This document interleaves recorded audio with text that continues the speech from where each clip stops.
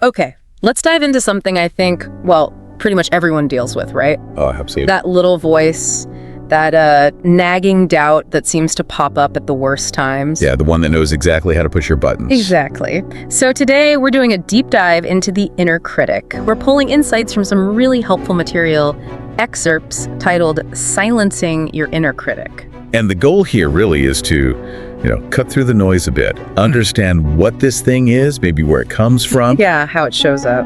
Right. And crucially, get our hands on some actual practical tools from this source material to maybe lessen its power. So you can actually, do things anyway. Think of it as your shortcut. We've sifted through the insights to pull out the core stuff, helps understand this common type of self-sabotage, and gives you real ways to move past it. Ready to get started? Let's do it. So first things first, what is the inner critic, really, according to this material? Well, at its core, it's described as that voice in your head, isn't it? The one saying stuff like, you're not ready for this, or you're not smart enough. Yeah, or the big one, who do you think you are? Yeah. It's not helpful feedback. It's designed to stop you. Right. It feels totally different from constructive self-assessment. Yeah. The origin story they talk about is pretty interesting. It sounds like it's basically rooted in fear, like an old survival mechanism. Exactly. The idea is that its original job might have been, vital, protecting us from perceived threats, maybe getting kicked out of the tribe or failing at something where failure was, dangerous. Back in the day, yeah. But now in our world, that same instinct kind of misfires. It sees trying something new or being vulnerable is this massive danger it needs to warn you about. Okay, so it's like an outdated alarm system sometimes. Sort of, yeah. And it seems like it's not just random noise. It picks its moments, right?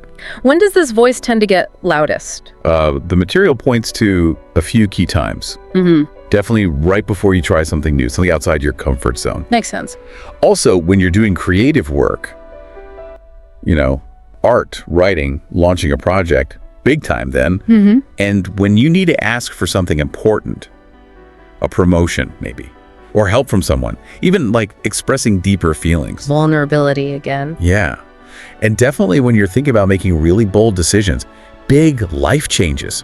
So basically, whenever you're stretching yourself, putting yourself out there, and a really key point they make is how personal it is.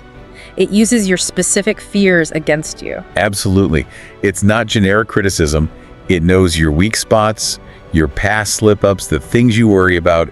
It hits where it hurts the most. Okay, so understanding what it is and when it pops up is one thing. But seeing it in action, that makes it clearer.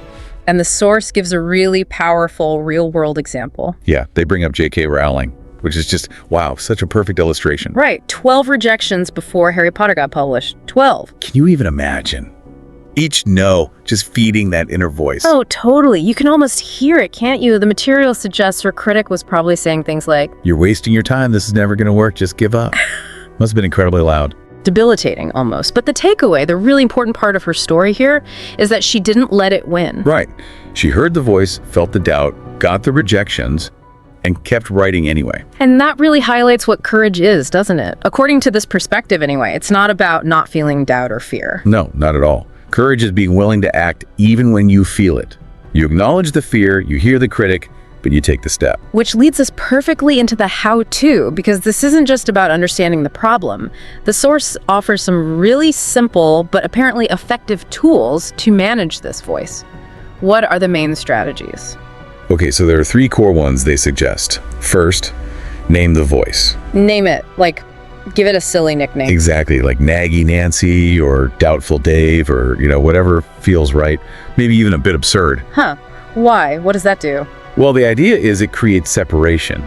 It helps you see that you are not the voice, it's just a voice. Giving it a name makes it less personal, less powerful. It's not you thinking you're unqualified, it's just Doubtful Dave chiming in again. Exactly. It externalizes it a bit. Okay, I get that. That makes sense. What's the second tool? Second one is fact check it. Fact check the inner critic. Yep. When it makes one of its pronouncements, you'll fail, you're not good enough, pause and ask, is this absolutely 100% true? And based on what we said about it being fear-based, I'm guessing the answer is usually no. Almost always, according to the source. The critic usually deals in fear, assumptions, worst-case scenarios, not objective facts. So Questioning its claims with a dose of reality starts to undermine its authority. Okay, so name it to create distance, question its facts, and then the third one feels like the real action step. Yeah, the third one is probably the most crucial for actually shifting things. Take a micro action anyway. A micro action, like a tiny step. Tiny.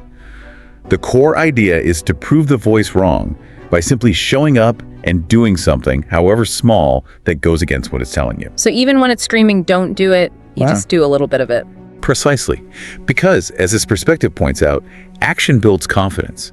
Every small step you take, despite the doubt, provides real-world evidence that contradicts the critic. It often works better than just trying to argue with it in your head. Action speaks louder than words, even the words in your own head. You got it. Action creates its own momentum. Love that. And they tie this all together nicely with something called the 1% Shift Challenge, right? A way to actually put this into practice, like today. Yeah, it's super practical, designed for immediate use. Step 1, write down one common thing your inner critic says to you. Okay, identify the specific jab. Yep. Then step 2, write down your comeback. What would your wiser self, maybe your future self who's already passed this, say back to that criticism? Prepare your response. Got it. And then step 3, the most important part. Take one small action today that directly challenges that critical voice. Yeah. Just a tiny 1% shift. Can you walk through the example they used? It felt really clear. Sure. So the example is, inner critic says, you're not qualified for that job project, whatever. Your comeback might be something like, I'm learning and growing every day, and I have valuable things to offer. Nice. Positive reframe. And then the action. Yeah. Simple. Apply anyway. Send the email. Hit publish. Just do the thing it's telling you not to do. That feels doable. It doesn't feel overwhelming. So the big picture here isn't really about making this voice disappear forever, is it? No. And that's a realistic point they make. Your inner critic probably isn't going anywhere completely. It might always be there in the background to some extent. Love it. But the huge shift is realizing you don't have to let it control you. You don't have to let it drive the bus. You can acknowledge it's there, maybe even roll your eyes at Naggy Nancy. Exactly. And then choose your actions based on your values and goals, not its fear. And every time you do that, every time you use these tools and take that small action, You're building something. totally, you build confidence, you gain clarity because you're challenging the fear, and you create momentum, little by little.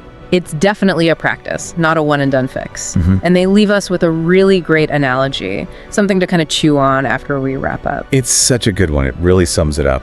Wow. You can't stop the waves, but you can learn to surf. I love that. The waves, the doubt, the fear, the critic's voice, they'll keep coming. That's just part of life, part of stretching yourself. But you can learn the skills. You can learn how to ride those waves, how to navigate them, instead of just getting knocked over by them every time. Learning to surf those internal waves, that's a powerful image to take away and maybe experiment with, starting today.